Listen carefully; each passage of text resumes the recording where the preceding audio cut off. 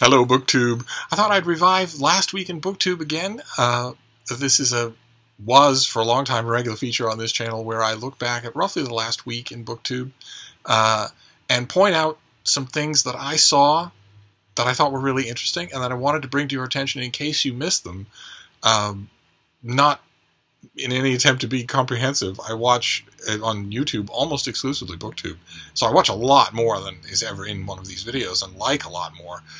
Like, for instance, in this past week, just due to the date on the calendar, a huge number of videos were February wrap-ups and March TBRs. And I watched every one of them because I think it's fascinating. I love watching the shape of reading that took shape in someone's month. And I love the way BookTube posits its reading dreams into the future. But I don't think I list any of those this time around just because, there were so many of them. But I wanted to start off, of course, on a personal note, because there's a big YouTube event that's happening throughout the month of March, March Mystery Madness, the third annual March Mystery Madness, that Elizabeth at LizzieFayeLovesBooks and a bunch of other people have organized it, and they asked a whole bunch of booktubers to help to host it, including me. So those videos have been popping up, and they've all been fascinating. And I wanted to single out two of them. One of them by LizzieFayeLovesBooks. She did a sort of a starter kit on cozy murder mysteries that was really good. And also, Not Just Romance Novels did one on romantic suspense, another subcategory of murder mysteries. And in some ways, one of the most impenetrable subcategories. So her video was fantastic for that. Then there's a handful of miscellaneous stuff that I wanted to make sure I brought to your attention. The first one, it doesn't get any more miscellaneous than this. Steve Partridge had his first live hangout session, and there were technical blips, but only a few. And there was eventually a crowd of people, and it was an enormous amount of fun. And he's promising to do it again, and he also suggested in the live stream that the technology ends up being so simple, blips of procedure notwithstanding, that pretty much anybody can do it, and that's very tempting. But it was a lot of fun. I will leave the link to him and all of these channels down below. And if he decides to do another one, the thought was that maybe we might do another one on Sunday, and if so, you should all stop by. And then also Cam at Wolfshot Publishing, he just recently revamped his video. They revamped his intro, he revamped his background, and he, in the video that I'm talking about this time around, did a really fascinating discussion of the equipment that he uses, a perennial source of interest for booktubers. But I kept getting distracted by the fact that he keeps moving around in his video. His new setup is not him sitting at a desk anymore. It's him standing up and walking all around. I was exhausted just watching him. I hardly ever move.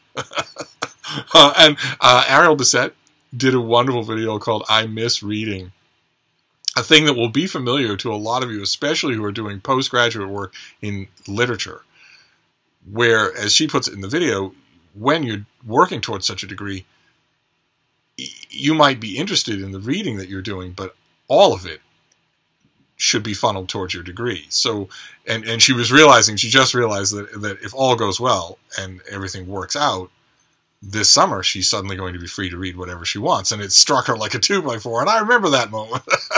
and it is strange. You would think that it would just be a matter of course, but it really does feel in a way like being set out of prison. Her video is very touching. It was very interesting to watch.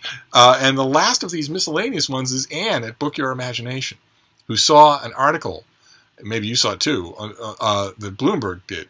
The business magazine Bloomberg did an article a week ago urging people to give up on the idea of becoming wealthy through BookTube.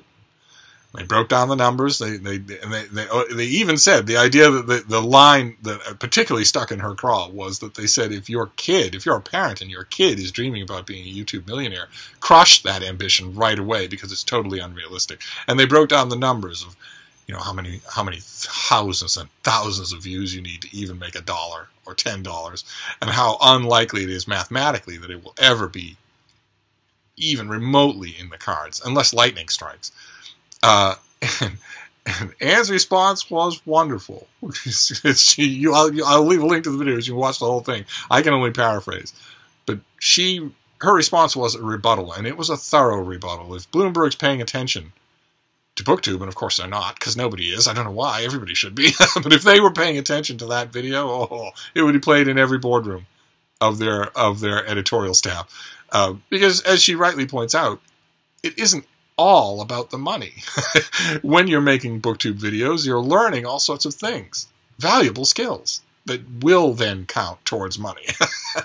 And so, of course, if you want to do it, you should do it. And also, her hackles got up a bit at the concluding piece of advice in the Bloomberg article, where they say, if your kid is determined to make a living off of YouTube, then make sure that they're a gaming channel, because those at least have a slightly higher chance of doing well. It annoyed her, and it annoyed me too. The article is saying, tell the kids, it doesn't matter what you're interested in, just go after the money. But then I want the next batch, the batch that I want to end things with here, is a huge batch of discussions. For some reason, last week in BookTube was thick with discussion videos, which I love. I absolutely love, but maybe I just haven't been paying attention to the right channels, but I haven't noticed them be this thick on the ground in many earlier week spans. Like, for instance, the BookChemist did a discussion of reading books in translation. That was fantastic. It comes up in my reading life all the time. Good and bad. Either I pick up a book that's in English language translation, and I know I can read the original language, but I'm reading the English and I'm thinking, okay, well, I don't feel like the translator is in the room, which is absolutely crucial. You have to feel, you cannot feel that. If you feel like the translator is in the room, even if you feel like they're doing a good job, they are still distracting you. And it's a skill. Ooh, is it ever? But also, and far more common for me, I'll be reading a book translated from a language that I can read, where I feel like the translator's not only in the room, but they're doing a bad job. I've lost count of how many times I've gone to the publisher of some book and said, is there any chance that you could use your connections to get me an original copy of this book? So that was really interesting. And I'm very happy to see that on BookTube, a lot of literature and translation is discussed all the time. So that video is probably worth watching. Then, For the Love of Ryan, first of all, the first piece of news is that he returned to BookTube after a year of being missing. But he has also inaugurated a discussion feature, and it was fascinating. He did it's called Close Reading, where he in this particular case he chose a passage from Mao II by Don DeLillo, and read a bit and then discussed the bit that he just read, and then read a little bit more and then discussed a bit more. I don't recall having seen anything quite like it on BookTube, and it worked wonderfully. The way that I can always tell when a BookTube idea works wonderfully, at least in my opinion, is that I will see someone do it and immediately want to do it myself. And I had that all throughout. When you see the video, you'll know what I mean. It was how he managed to do such an effective job without ever giving the broader context of the book for people who aren't familiar with it. I just don't know. It's extremely well done. There was also, Between Lines in Life, continued her discussion of Goethe's Faust, this time with part 2, which is the part of Goethe's Faust that nobody ever reads, because the students are usually assigned part 1, or if they're assigned part 1 and part 2, they peter out before they get to part 2. And her discussion was really good. Also, Dee Dee at Brown Girl Reading did a discussion, but it was a live discussion of Tar Baby. Amazing. Multiple people. A multi-person book discussion. Wonderful stuff. And it's right there so that you can revisit it. One Book, One Review did a discussion of self-help books that was so engaged, so clear-eyed, that I wish it had gone on for an hour. Because self-help books don't get... They are one of the least discussed kinds of books here on BookTube. And well, I was about to say through no fault of their own, but let's be honest. Most of them have a great deal of fault of their own. I read a lot of these things. I have to. I review a lot of these things, and most of them are absolute swill. But quite a few of them aren't. And it was great to see that video. It was great to see it, the whole idea sort of brought up and trotted around.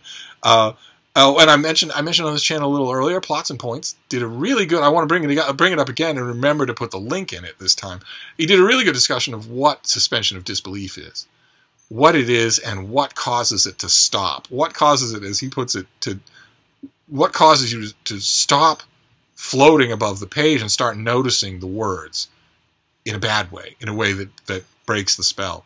And this is, again, this is like a lot of these discussion subjects. This is a thing that we all experience.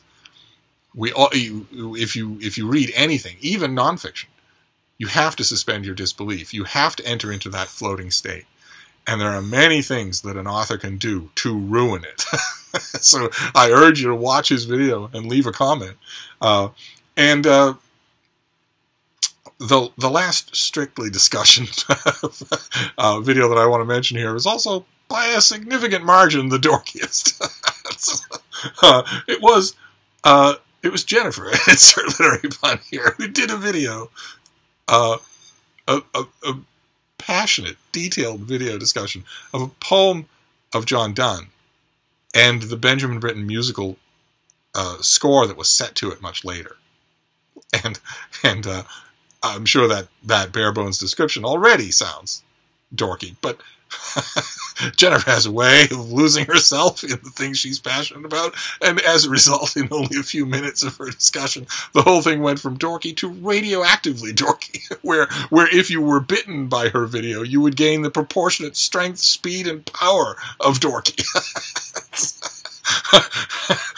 and by that I mean to say I absolutely loved it. John Donne on BookTube discussed with a wit and an energy as if he had just finished the Holy Sonnets, as if he was still alive and you could bump into him at a trendy hipster Brooklyn cafe. It was just wonderful. But the thing I want to end with, it is also a discussion, but it's not exclusively a book discussion. It's Max at WellDoneBooks. The same kind of grateful echo as with For the Love of Ryan. So nice to see him back on BookTube, even intermittently. And he did a repeat of something he did a little earlier, where he did something called February Favorites, where he discusses not just the books that he read in February, but also the things that he watched, the music that he listened to, in other words, the art that he consumed in that given month. The highlights of it, the feel of it, the flow of it. And I praised the last one, and I'm praising this one because it's a wonderful idea. It broadens the scope of what we talk about here, which of course is never only books. I mean, even I don't just do only books. Obviously, I'm talking about videos right now. It broadens that by specifically trading on what we've mentioned, many videos have mentioned over the last year, which is that we're really here to listen to each other, not really just to learn about books. In fact, wrapping up my mention of his February favorites, what I wouldn't give. I mean, he is he's not exactly as mouthy as I am, is he now? He's far more courteous than I am, and wouldn't push an idea in quite the ham-handed way that I would. But what I wouldn't give, if at the end of March everybody did March favorites, read, watched, and heard, wouldn't that be fun to get a whole slew of those videos, all inspired by his? But I'll take his if nobody else feels like doing that. And that's it. That's a very abbreviated Last Week in BookTube with a large raft of discussion videos. Just things that I wanted to bring to your attention, and I will remember to leave the links to everything down below. And of course, something I sometimes forget to say in these Last Week in BookTube videos is just I would love to hear what you saw that you think deserves attention, because I'm sure that I missed as much as I saw, and it's a big, lively community we have here. But I'm gonna wrap it up for now, and I will be back soon. Thank you, BookTube.